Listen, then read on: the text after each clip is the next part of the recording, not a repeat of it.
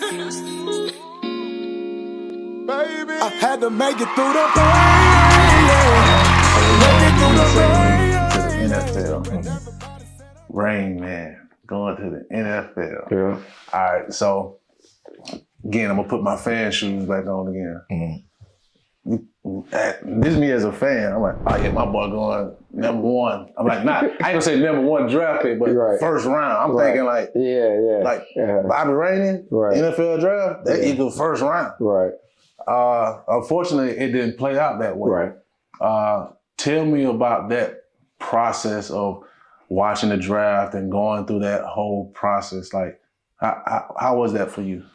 It was frustrating. Like the first day, I wasn't concerned about. Okay, I already knew because you already know what grade that you have, whatever, when you enter into the draft stuff, where we talk to your agent and all that. And so I wasn't concerned about the first round and all that. So when you go, the first day. Now the second day, third day, now that's what my frustration came into play. Yeah. Because again, the numbers that I put up, whatever. You would think, but again, still going for your height and all that still has to play or whatever. So that like a little frustrating towards the end, especially when that last round came and one of the guys that plays about conference, he get drafted in the 6th round or whatever. that right there, like it did something to me.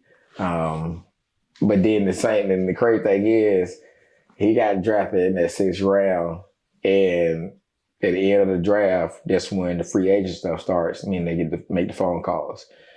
I get a phone call from the same team that just drafted that same guy, whatever my conference. So we get to talking or whatever. I'm like, okay. And then we out hanging up the phone, whatever. So then that's when I got a call for the Ravens, Coach Harbrough. And he asked me, was I ready to be a Raven? I said, yes. Coach Harbrough. Yep. Legend. Yeah. If I'm not mistaken, it was September 10th, 2012? No. We got camp. That's in the summer or whatever. So, and I was training with my former teammate mom. She's a tennis instructor. And she was working me out, whatever. Again, I play all sports. Gotcha. I play all sports, tennis, golf, all of it. Yeah. And she was working me out. And that's when I got the email of when to report. It was somewhere in the summer, I think June, July, when I had to report. And she was right there. And when I got the email on my phone, yeah, I had a little summer job and everything, man. She was over to the draft. Yeah. I ain't lying. But it was easy work. I didn't really let it do anything, whatever. But at the end of the day, I always the same work, period. So that was just something that's part of me. I don't mind working out. So I've been working. I've worked and didn't have to or whatever, just playing around, whatever, since I was like 10 years old, carrying little cement blocks or whatever. Yeah, so that's why people like, I'm so like rough and tough, whatever. I was carrying cement blocks at 10 years old. Yeah. But yeah, so then after there where I got a chance to go to the Ravens or whatever, and that's how I started. Gotcha. So so from my perspective, you correct me if I'm wrong, your NFL career started off a little similar to your college career, where you didn't just get to jump right in and show these folks who the Rain Man is. Like, they don't know. Y'all don't know about me. Y'all better go down there. I'm the Rain Man. Yeah, right. Yeah. You go to the NFL, it's like, Rain who? Yeah. Like, you know what I'm saying? So you didn't get to play much in your rookie season. Right. How was that? Were you able to deal with it better because of your experience at Western Kentucky, or were you anticipating? Yes. Actually, that I'm glad you brought it up. That's crazy that you did. That made plenty of sense because again, I already had dealt with it in the first place, and then dealing with it at the pro level was pretty much the same, but it was different. I mean, it was different meaning I hadn't to worry about had to get released or cut from a team. I was in college. I was on a 4-year scholarship. So you got to add in to where I got to make the team, or even prior to me making the team. The job prospect. Yeah, exactly. I could still get cut, released or whatever, and not have no job or opportunity. You know what I'm saying? So that was each day. Yeah. So try to have that in your mind that you can be fired each day. Kids, the NFL is a job. Correct.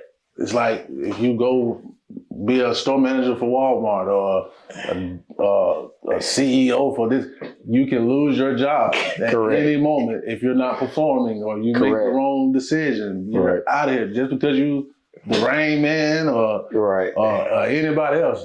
You can lose your job. Yeah. So you got to treat it as such and nurture that thing and give it your best at all times. Right. So my bad. Back in there. No, you're definitely right. But it may not now outside of the NFL where it might not be as severe or whatever as on the outside versus NFL. NFL, that's your job. But again, you could do any little thing or whatever and get fired on that spot. Mm-hmm. You know what I'm saying? So your job outside of like your real life, whatever, you may be like, okay, you might get written up. Yeah. Or whatever, or you're saying you get that process. Nah.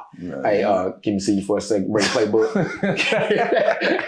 Man, that's how it works. You know what I'm saying? So, seeing guys, when you come in that summer, all right, you got a boy just came in or whatever, like new, whatever. Woo.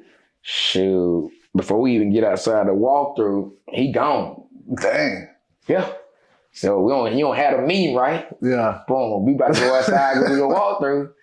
What's it, man? Oh, no. That quick. I'm telling, but having that on your mind, though. Yeah. Now, you got to study and all that stuff here. You got to learn these plays. You got to do all this here at this short period of time now. Yeah. You got to perform, all that. And then also have back in your mind, like, sure, if I mess up out here or whatever, I can be gone. Yeah. So, that's a lot for us mentally. You know what I'm saying? Mentally, that's a lot, man. And again, that's why, it's only 1%. You know what I'm saying? So, even if you do get there, you still gotta stay there. Yeah. You know what I'm saying? So it's real now. Like it ain't how people think it is. You want to look up TV, whatever, see all the money, cars, and all that. Yeah, that's cool. Yeah. But at the same time, they don't show you what you gotta go through to be in that process to get all that things though. You know what I'm saying? The amount of work that you gotta put in each day and everything. And also to your diet and what you eat, what you put in your body, all those things. Yes, sir. Yes, that's a lot. That's a lot, man. So with that, so now you're in the NFL. Mm-hmm. Of course, all your fans, all of your supporters, all the people that love Bobby Rainey, mm-hmm. they're excited. Mm-hmm. But now, one thing changes. Right. People go from looking at you as Bobby Rainey mm-hmm. or the Rain Man mm-hmm. to this NFL athlete, mm-hmm. and we all, including myself, mm-hmm. when I see somebody in the NFL. You know what I'm saying? I'm like, oh, man, he made it. He got the sack. I know Bobby. Yeah. How was that transition as far as dealing with loved ones, mm-hmm.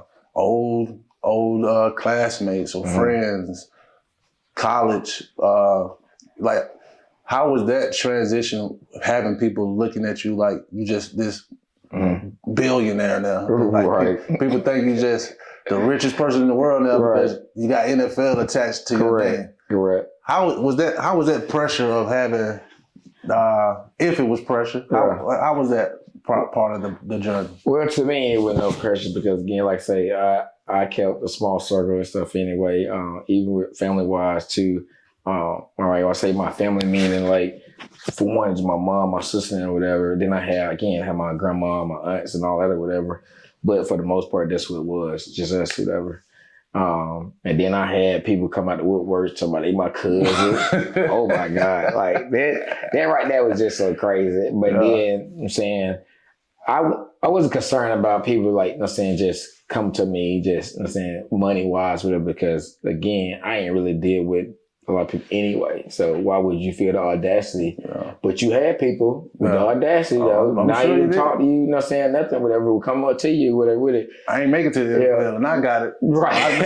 They look at PFHI and JPN and calling me, hey, what's up, man? Right. You know what's up? Yeah. Look. But also too, like it also goes to just a lack of knowledge and knowing, meaning just because you play in the field don't mean you have millions of dollars. Yeah. You know what I'm saying? And they see, again, the contract is online. You can look it up, whatever. And they may see my rookie year, I think it was the worth with 3 point something, whatever, million, something like that, I think. But they think They see that. You got it in your account. Yeah. You know what I'm saying? No, that's not how that works. You know what I'm saying? It's over the course of years or whatever that I played with the amount of years, whatever it's 3 years or whatever. That's how I would make. But just because you make that don't mean you have that. You also got taxes. There's a certain thing called taxes. Yes, you know what I'm saying? So whatever you're getting paid or whatever, just cut that off in half. You know what I'm saying? On top. So different tax bracket and all. You know what I'm saying? So, but yeah, you're not receiving all that, man. And the crazy thing is, Coach Taggart already had told me before I even got to the league where like you're gonna see guys in the NFL riding around in Nissan Maximas or in all those things with it because my perspective, because again, they always show that on TV, meaning all the glamour stuff, the luxury stuff. I'm thinking they're going to come with some Lamborghinis. I only seen one person with a Lamborghini in my own careers, whatever, or probably two. That was Joe Hayden with the Cleveland. Okay. He had a Lamborghini, and I can't think nobody else had one, or if they did or not. But you didn't see those type of cars in the parking lot for practice and stuff, whatever. Or even on game day. You know what I'm saying? Because everybody not making that type of money, though. Yeah. You know what I'm saying? You got to look at the guys. If you look at every NFL team, and you see how many stars on that team, you probably see one or two guys that say that's your stars on the team. Yeah. You know what I'm saying? Those are the ones who making that type of money. You know what I'm saying? Everybody else ain't making that type of money. Yeah. You making good money? Oh, of course. Mm-hmm. Yes, you are. You know what I'm saying? In a 6-month span. Yeah. You know what I'm saying? There's a lot of money to make in the NFL. You know what I'm saying? But everybody's not making that type of money though. You know what I'm saying? You talking about some undrafted guy going to not probably 2 or 3 years or whatever, still up on a rookie contract or whatever. Not making that type of money. They don't have that money in the bank. You know what I'm saying? It's what you do outside of that that should get you more money, or you come to your second contract or whatever you're doing. Hopefully you get a chance to see your second contract and you get that big payday. Man, there's more money coming in or whatever. But there's a lot of money to be made in the NFL, even if you don't have that big star status or whatever, because the amount of games, every game that you play, you get paid for every play. Gotcha. And stuff like that or whatever, which again, the public don't know. They just think you have whatever money's on the internet, that's what you have in your account. Yeah. No, it's not. That's not the way it is. And also too, everybody lifestyle is different too. So you gotta be able to maintain that lifestyle, whatever. So if you look at it, you're not really having the money that y'all think. You know what I'm saying? It's the difference between our accounts is gonna be different or whatever, but at the same time though, so my lifestyle and your lifestyle is different, but at the same time, your lifestyle may be this amount of expenses. My lifestyle, this amount of expenses, but my money need to, you know what I'm saying, show that. It was just like your money to show that. Yeah. So, you know what I'm saying? So it ain't like, oh, I got buku, ain't got, you know what I'm saying, no expenses. No, my expenses are way higher than yours. So that means it requires me to make more money. Exactly. You know what I'm saying? So, but yeah, man, that's just one of the things I got though, which a lot of people always get there though. Like you got people come from the woodworks though. Even it don't matter what color you is, either black, we don't have the conversation in the locker room, whatever, and they be like they're saying the different colors or whatever, or back ethnic group, and saying different ethnic groups or whatever, and all stuff here. All have the same thing in common. Yeah. You know what I'm saying? But only ones you don't have it in common with, like meaning if you just come for money. Mm-hmm. If you come for money, then you ain't gonna have no type of problem. Yeah. You know what I'm saying? All the issues, whatever. For sure. So going back to your rookie year, you played with the Baltimore Ravens. Now, here's where, again, as a fan of yours, now the friend part of me kicks in for you. I'm like, dang, my boy Bobby, he out there with Ray Lewis. Mm-hmm. Ed Reed, Terrell Suggs, Joe Flacco, Ray Rice, like, you know, so for me at that time, you know, Ray Lewis was at the tail end of his career, right? Right. So I'm like, dang, this dude is playing with Ray. We've been watching Ray, shoot, we probably playing Ray on the game, bro. So like, to me, I'm like, dang, this boy is out here with Ray Lewis. And then outside of him just being Ray Lewis, just I'm big on motivational speakers. Mm-hmm. Like I love Eric Thomas. Mm-hmm. I love Inky Johnson, Miles Monroe and stuff like that. When I look at Ray, man, he just a motivator, bro. Yeah. Like, how was that being so close, like being a part of that team and like hearing him speak and feeling his aura and that leadership that it looks like from the outside, you know, I'm just a fan. I only see what I see on TV. Right. You have a inside look. How was the inside look of being around Ray Lewis? All right, so the same way that you feel like when you see Ray stuff on TV or whatever, that's like him in real life too. Yeah. Because when he speaks, even in the locker room, everybody, Yeah. you know what I'm saying? And again, some people just have that gift when they speak, man. And again, like you talk about motivational speaker, some people just have that gift. When they speak, everyone just listen. It just gravitates to them. You know what I'm saying? And that's the way he is. Now he's definitely funny though. He's a funny guy or whatever. But when he speaks though, man, you listen. You know what I'm saying? He just had it about himself. Man, that experience with the Rays, man, just all those guys, meaning Ed Reed and all those guys, man, it was a great experience because they were just genuine people. Yeah. You know what I'm saying? Genuine people, whatever. It wasn't no like, I'm like, what you call it, starstruck and like that or whatever. But it's like, wow, I just watch, you know what I'm saying, these guys, whatever, you know what I'm saying? And when you get to know them, whatever, like, oh man, these cool people, man, you know what I'm saying? So they just like me. Yeah, but they are, but they ain't. So, but yes, like, yeah, man, they cool, man. I still talk to Ray or whatever. Oh, straight up. It was up. And Ed as well. Funny thing with Ed though, I got 2 stories for Ed. All right. Speaking of stories, Ray Lewis got a story for every season. But Ed though, so when I first we had a meeting, whatever, we was in position meetings or whatever, and I went to the bathroom or something like that or whatever, and I see somebody laying down on the floor with their feet in a chair, hanging out the room, whatever, the meeting room. All right, the meeting's going on though. I'm like, man, what the frick is this? Again, my rookie year now. I'm like, that ain't normal. You know what I'm saying? Or whatever. So I see that. I'm like, I want to be on that type of staff. You know what I'm saying? Be able to do all that type of stuff and still work and play at the highest level, you know what I'm saying, your game, whatever, and spend that many years in the league. So mind you now, my rookie year, like playing for the Ravens, hey, it ain't sweet now. It ain't, you gonna work. Yeah. You know, the Ravens, you gonna work. You know what I'm saying? Especially coming as a rookie, you gonna work. So we work so much, bruh. I got to thinking about Ed. I'm like, okay, Ed and Ray. I'm like, Ed probably around 14 seasons, something like that. And then you had Ray at 16. I think his 17th season was, he was on the 17th season, something like that or whatever. But I'm like, again, now, this is my first year though. Yeah. And all the stuff we had to go through for work-wise there. I'm like, these guys, they've been here since 14 seasons, 17 seasons. I ain't gonna make it. if every year is like this, I ain't gonna make it. What? But when I tell you we work, work, right? So we will work with just the rookies, and then everybody else, the veteran, everybody else come out or whatever, we'll work. Then that literally and it really be back out there working again. What? You talking about 12 years? Right? So, that incident when I see him laying out, but again, he's been in that same defense since he's been there. And then it's been the same defense D coordinator. So he knows it's back in hand. And when I say one of the hardest workers when it comes to that film, he knows what's going to happen before it happens, just off, you know what I'm saying, the formations and all that. So he put the work in or whatever, but if somebody else would have seen that, like, oh man, it's easy. He just, you know what I'm saying, just out there playing. No.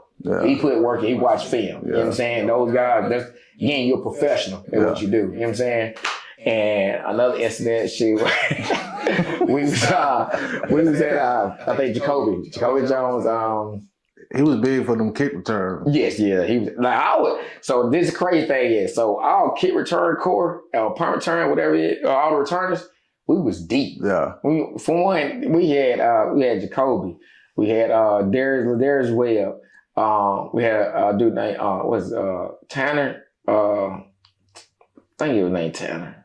Was it Tanner? Tanner. Then he had me. So all of us, you know what I'm saying, could return though. Yeah. All of us, like even practice catch the ball, all of us could return. And then Jacolby can confirm that too. Like our special team was 5. So if Jacolby had went down or whatever, we had another guy come in or whatever. If that guy was, we would have had another guy come in. Like our special team was like all the chain or whatever. Yeah. But we was an incident where Jacolby had, I think, his birthday or whatever. And see, it was at the bar or whatever. And I go up there to the bar or whatever, and because I didn't drink or whatever, nothing like that. And so I had an order. Focus, do you understand? Yes, sir. Man, we got the opportunity of a lifetime. You know what it is. We on JPN TV. We turned up, we live. I'm talking about drone action.